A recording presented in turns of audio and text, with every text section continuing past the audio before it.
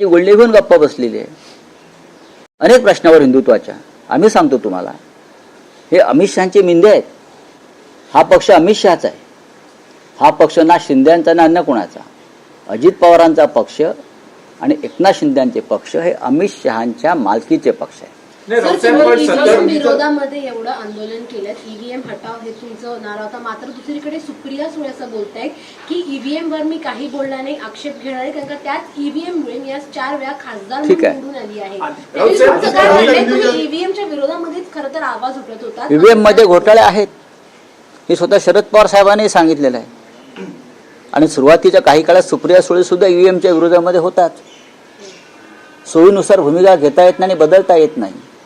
भूमिकेवर ठाम राहायला पाहिजे. ईव्हीएम मध्ये घोटाळा आहे. राहुल गांधींनी ते सिद्ध केलेलं आहे. आम्ही सगळ्यांनी ते सिद्ध केलेलं आहे. अशा वेळेला लोकांच्या मनात निर्माण होईल आणि संघर्ष आणि लढाईची धार कमी होईल. अशा भूमिका घेऊ नयेत. बरं का, सत्य आम्हालाही माहिती आहे. सत्याची लढाई अशा प्रकारे भरकटली जाऊ शकत नाही. अध्यक्ष पद पर नितीन की तुम्ही सतत सांग की मराठी माणसा जागा हो, सावध हो, मराठी माणसासाठी ही शेवटची निवडणूक आहे. तर गेली 25 वर्ष ज्यांची महापालिकेत सत्ता होती आणि जे मराठी अस्मितेचं राजकारण करतात, तर त्यांच्यासाठी हे अपयश नाहीये का? नाही. की जर मराठी वोट सांगितलं जात असेल नाही. बघा, हिंदू हृदय सम्राट बाळासाहेब ठाकरे यांच्या काळापासून मुंबईवर आक्रमण होत आहेत आणि प्रत्येक वेळेला प्रत्येक अशा निवडणुकीमध्ये मराठी माणसाला आम्ही सावध करतो.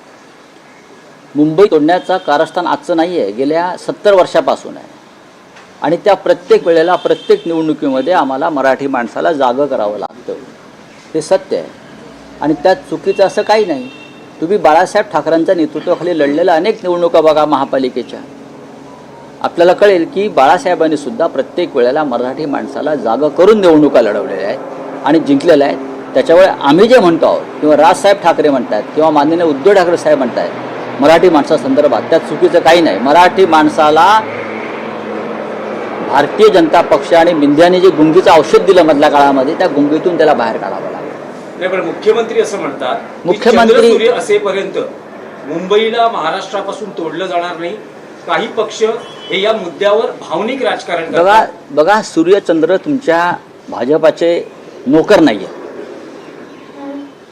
सूर्यचंद्र तुमच्या भाजपचे नोकर नाहीत. सूर्यचंद्र आहेत ते राहतील. जब तक सूरज चांद रहेगा या घोषणा आम्ही पण देतो. पण सूर्यचंद्र तुमच्या मालकीचे नाहीत. जरी तुमचा देश मालकीचा तुम्ही लोकशाही मालकीची केली असली तरी सूर्य